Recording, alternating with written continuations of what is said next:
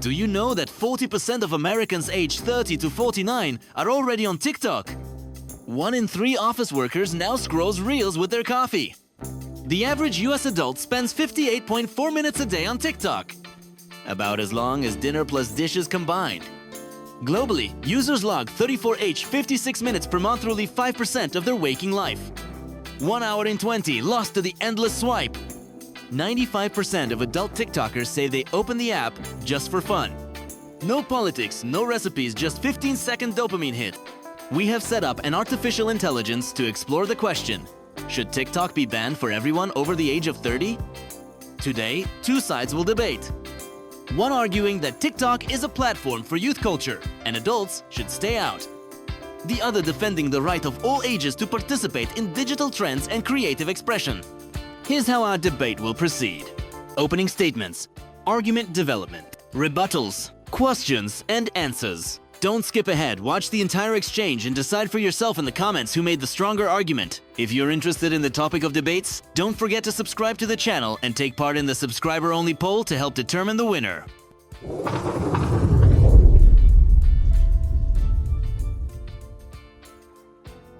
There comes a time when adults must log off. TikTok, with its fast-paced trends, chaotic humor, and youth-driven content culture, was never meant for those past their 20s. As the platform becomes flooded with 30 and 40-somethings chasing clout through lip syncs and dance trends, it begins to lose its original purpose. A creative playground for the young. A soft generational divide isn't ageist. It's healthy. Just like nightclubs have age limits and toy stores aren't built for adults, digital spaces can and should be designed with boundaries. Beyond cultural dissonance, there are psychological concerns. Adults glued to TikTok face rising screen time addiction, decreased attention spans, and warped social comparisons. The app wasn't built for developed adult cognition. It was built to hijack it. By restricting access past a certain age, we encourage healthier tech habits, reclaim adult attention for more meaningful pursuits, and give the next generation a space of their own. TikTok is not a playground, it's a platform. To suggest banning people over 30 is to misunderstand the nature of modern media and the rights of digital citizens. Age doesn't disqualify people from being creative, funny, curious, or socially engaged. In fact, many of TikTok's most informative, artistic, and emotionally resonant content comes from adults sharing real-life wisdom, parenting struggles, historical education, or expert advice.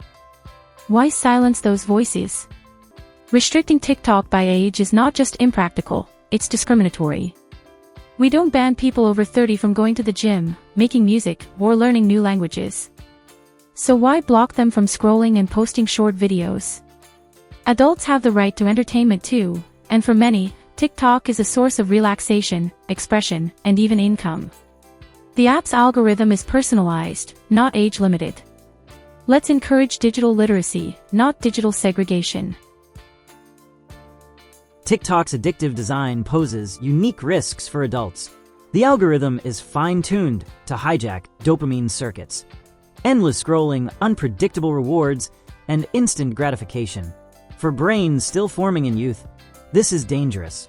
But for adults, especially those juggling careers, families, and responsibilities, it's catastrophic. We're seeing grown men spending 4 to 5 hours a day learning meme dances, and 37-year-old women chasing teen trends to stay relevant. This is not harmless fun.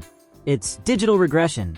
Banning TikTok for 30+ wouldn't be the first time society sets cultural or legal boundaries based on age.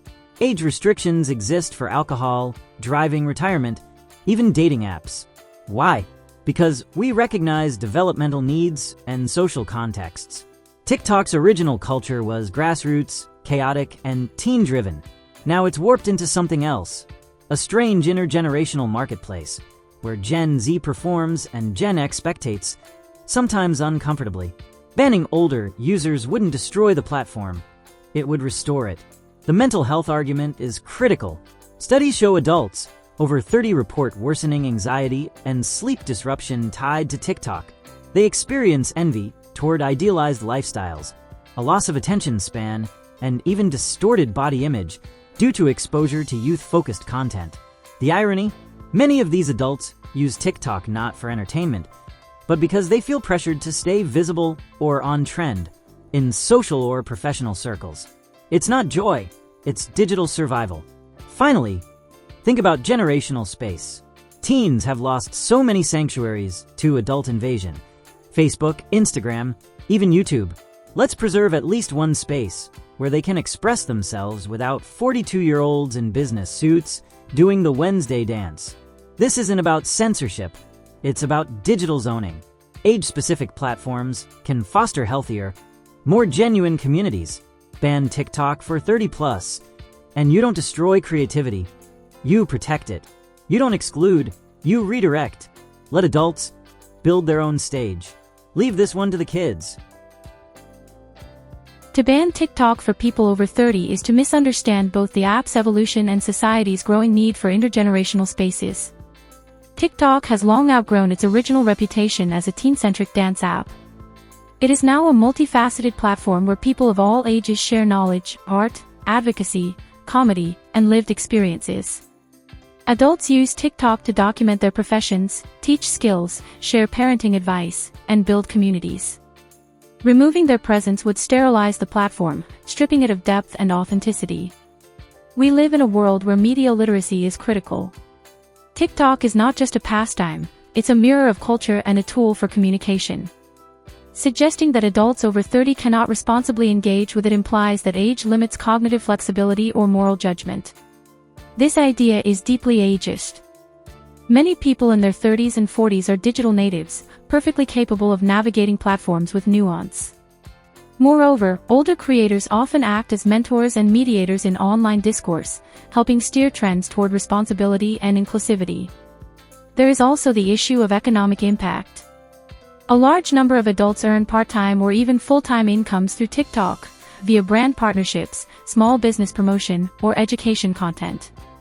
Banning users over 30 would disrupt livelihoods and silence marginalized voices who found empowerment on the platform later in life.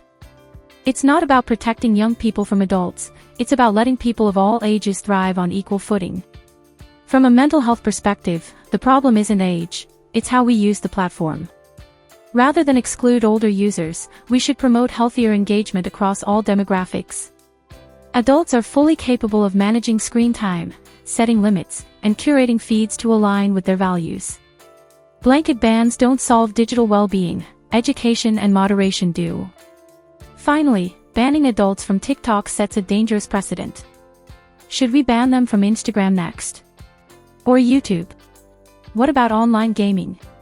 Policing digital behavior based on age opens the door to paternalism and erosion of autonomy. It also creates unnecessary generational divides. Young users don't need isolation, they need dialogue and example. Intergenerational spaces, when moderated responsibly, enrich all participants. In a world that often isolates older adults socially and economically, TikTok has been a rare equalizer, a place where your voice matters, whether you're 17 or 57. Let's not turn back the clock. Let's keep building bridges, not walls. The opposing argument paints TikTok as a platform for intergenerational dialogue and creativity, but that ignores the real problem: cultural erosion and digital imbalance. Adults over 30 aren't simply passive consumers. They dominate algorithmic reach, trend cycles, and monetization. What was once a space for youth expression now resembles a curated marketplace shaped by older creators chasing engagement metrics. Their presence often dilutes authenticity and pressures younger users to conform to broader tastes. This isn't empowerment, it's co-option. The argument about income also fails under scrutiny. Yes, some adults profit, but at what cost?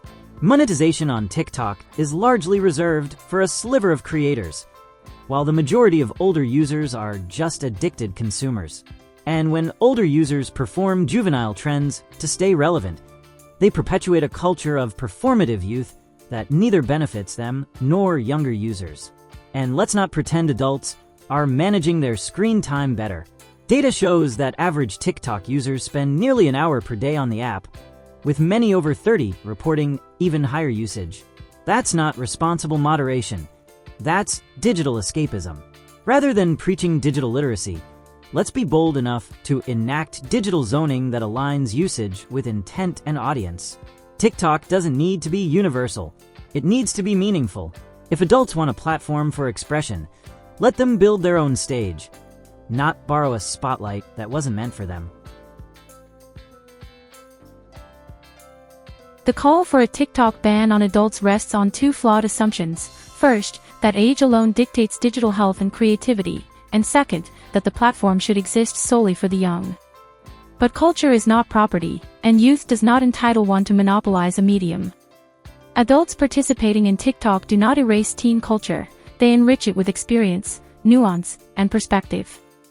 The generational space argument might sound noble, but in practice, it leads to segregation. We don't argue for adult-free parks or teen-only libraries. Digital spaces thrive on diversity. Removing adults doesn't preserve creativity, it restricts it. The presence of older users doesn't rob Gen Z of expression, it normalizes cross-generational learning and discourse. Mental health concerns exist, yes, but they don't correlate exclusively with age. Younger users suffer as much, if not more, from screen addiction and online pressures. Banning one age group won't solve systemic issues. What we need is better design, smarter algorithms, and cultural accountability, not blanket bans. TikTok's strength is its universality. It lets a 16-year-old dance next to a 60-year-old chef teaching recipes, and a young activist beside a mother sharing parenting truths. That's not corruption, it's connection. Let's fix the flaws, not fracture the community. Moderator's question. If the goal is to protect younger generations and ensure healthy online behavior, wouldn't improving platform regulation and education be more effective than imposing a hard age limit?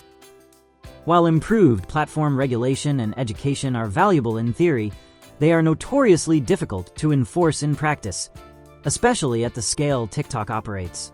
Algorithms are designed to maximize engagement, not well-being. Age-specific boundaries, like those we set for alcohol or gambling, acknowledge that certain platforms are inherently riskier for particular age groups. A clean age line is clearer to regulate and signals a strong cultural shift. That constant participation in youth-dominated spaces by older adults isn't benign. It has consequences. Regulation might slow harm. A ban sends a message. Education and platform reform are not only more effective, they're also more ethical. Blanket bans rarely solve underlying issues and often breed resentment or workarounds. Adults over 30 are not a threat category. They are diverse, responsible users who can learn, adapt, and contribute meaningfully. The answer isn't exile, it's engagement. Smart design, digital literacy campaigns, and transparent algorithms can address mental health concerns without scapegoating based on age. The real solution is collective responsibility, not generational exclusion. Thanks for watching. Now it's your turn. Let us know in the comments who you think won this debate. Don't forget to cast your vote and tell us why. And if you enjoyed this content, make sure to hit that subscribe button. More debates are coming your way. See you next time.